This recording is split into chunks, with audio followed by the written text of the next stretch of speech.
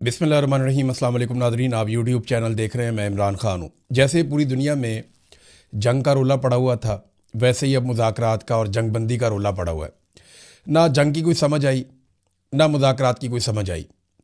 कुछ पता ही नहीं चला ये जंग किस मकसद के लिए थी और इसमें क्या हासिल किया गया।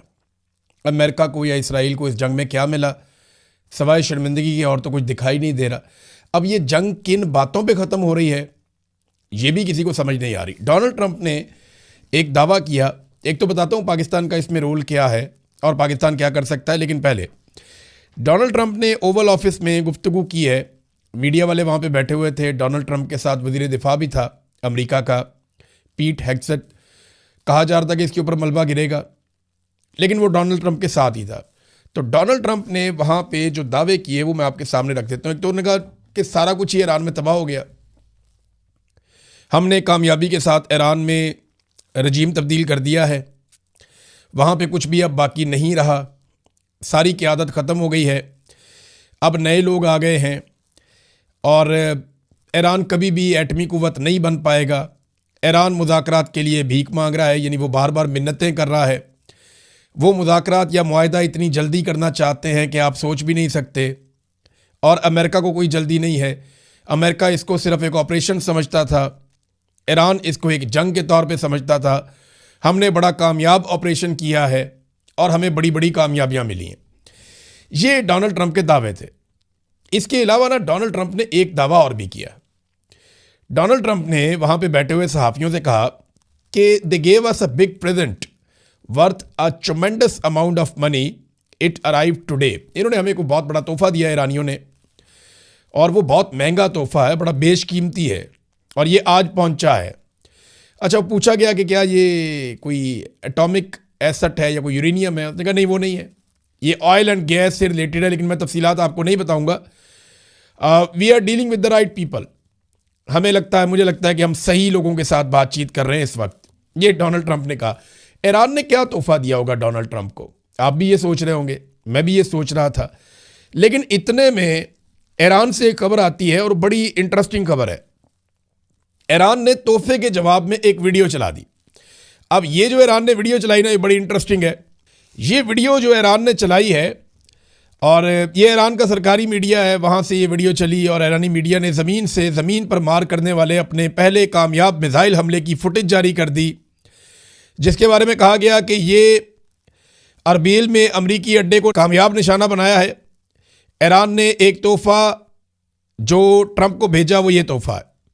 अब ईरान जो है वो इसका मजाक उड़ा रहा है कि जनाब ट्रंप कह रहा है कि मुझे कोई तोहफ़ा दिया, जबकि ईरान की जानिब से एक वीडियो चला दी गई, जनाब ये तोहफ़ा ईरान के लिए।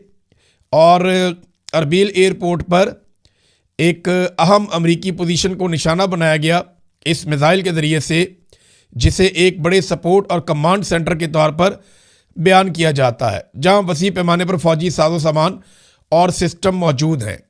फिर बयान में यह कहा गया कि यह मकाम उन अलहदगी पसंद ग्रोहों के हेडक्वार्टर के तौर पर काम करता है जिन्हें सहूनी हुकूमत की हमायत हासिल है और जिन पर ईरान अपनी मगरबी और शुमाल मगरबी सरहदों को गैर मुस्तहकम करने का इल्ज़ाम लगाता है।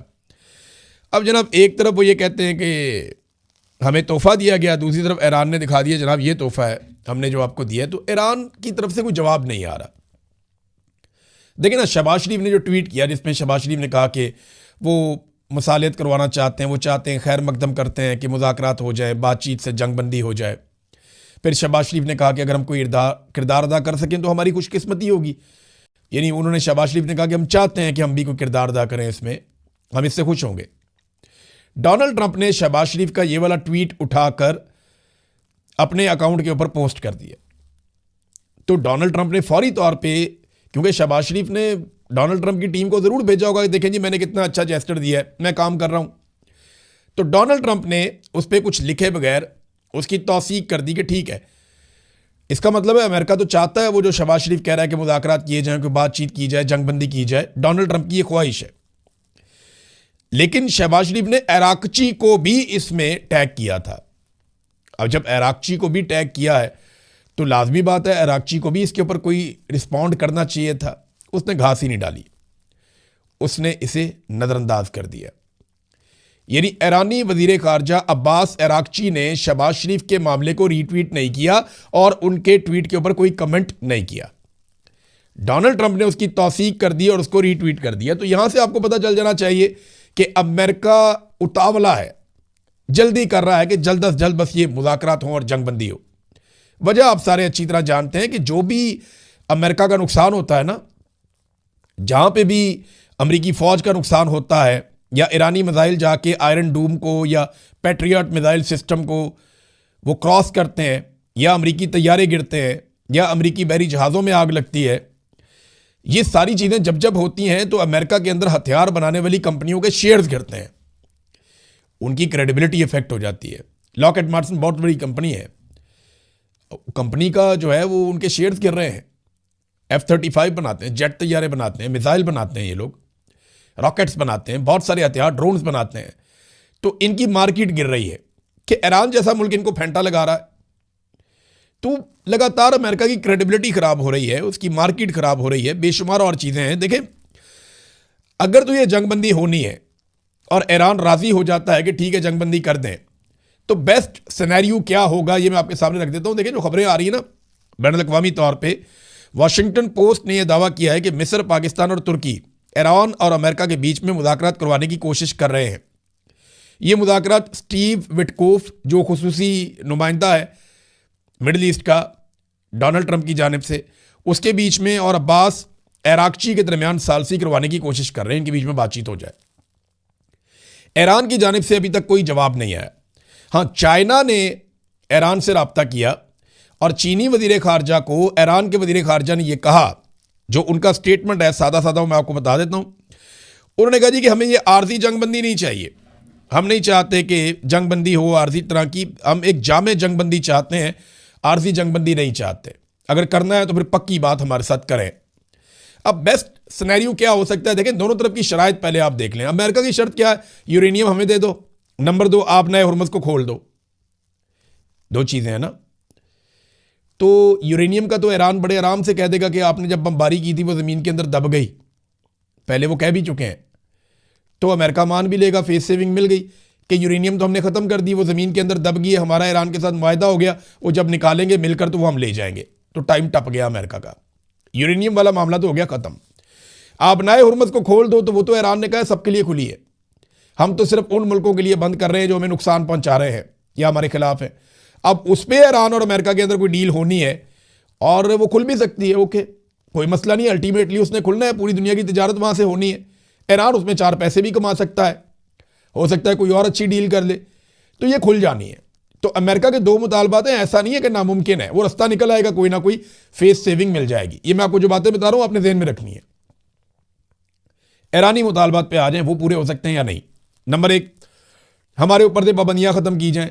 बिल्कुल, ये तो अमेरिका कह रहा है कि हम खत्म करते हैं आहिस्ता आहिस्ता, कुछ चीज़ों में पहले रिलीफ मिल जाएगा, कुछ का बाद में रिलीफ मिल जाएगा। तो ईरान के ऊपर से कुछ पाबंदियां भी खत्म हो जाएं तो उसके लिए बहुत बड़ी ऑक्सीजन होगी ईरान के लिए, बड़ा फायदा होगा उसको, विन विन सिचुएशन हो जाएगी। दूसरा मुतालबा, हमें गारंटी दी जाए, तो गारंटी दे दी जाएगी, लेकिन ये एक बेफायदा गारंटी होगी। आप इसराइल की या अमेरिका की गारंटी तो नहीं दे सकते ना, दुनिया में कोई मुल्क नहीं दे सकता। वो जब चाहेंगे दोबारा हमला कर देंगे और ईरान वापस उसी तरह जवाब देना शुरू कर देगा। तो ये जो आइंदा जंग के हवाले से जो गारंटी है, इसमें ईरान ये कोशिश करेगा कि बड़े ममालिक को मजीद को बीच में डाल ले, यानी यूरोप की गारंटी ले ले, कुछ अरब ममालिक से ले ले, कुछ जो है वो चाइना की और रशिया की गारंटी भी ले ले कि कल को अगर कुछ हो तो यूरोप बीच में ना पड़े, बाकी लोग बीच में ना पड़े और चाइना और रशिया हमारे साथ खड़ा हो जाए और अरब ममालिक के खिलाफ भी कार्रवाई का जवाब ईरान को मिल जाए। वो ऐसा चाहेगा, वो ये करेगा। नुकसान का अजाला, देखिए, अब नुकसान का अजाला सबसे बड़ा तो यही हो सकता है ना कि आप नए हुर्मुज़ में ईरान को टैक्स वैक्स ले लिया करे, ये एक नुकसान का अजाला हो सकता है। अमेरिका पैसा तो नहीं निकाल के फौरन दे देगा कि ये पैसा आप ले लें। हाँ, ये है कि पाबंदियां नरम हो जाएंगी तो ईरान पैसा कमा भी लेगा।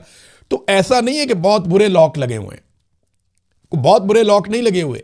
ना ये लड़ाई खत्म होने जा रही है, ना ये आज खत्म होनी है, नजरियाती लड़ाई है। इसराइल को अपनी एक्सपेंशन करनी है, अपने मुल्क को बड़ा बनाना है और वो उनका प्लान है ग्रेटर इसराइल का, वो उसको करेंगे। और इसी तरह ईरान जो है वो अपनी कोशिश है वो करता रहेगा। तो ये लड़ाई यहां खत्म नहीं हो जाएगी। फिलहाल जान छुड़ाना बहुत जरूरी है डोनाल्ड ट्रंप के लिए भी।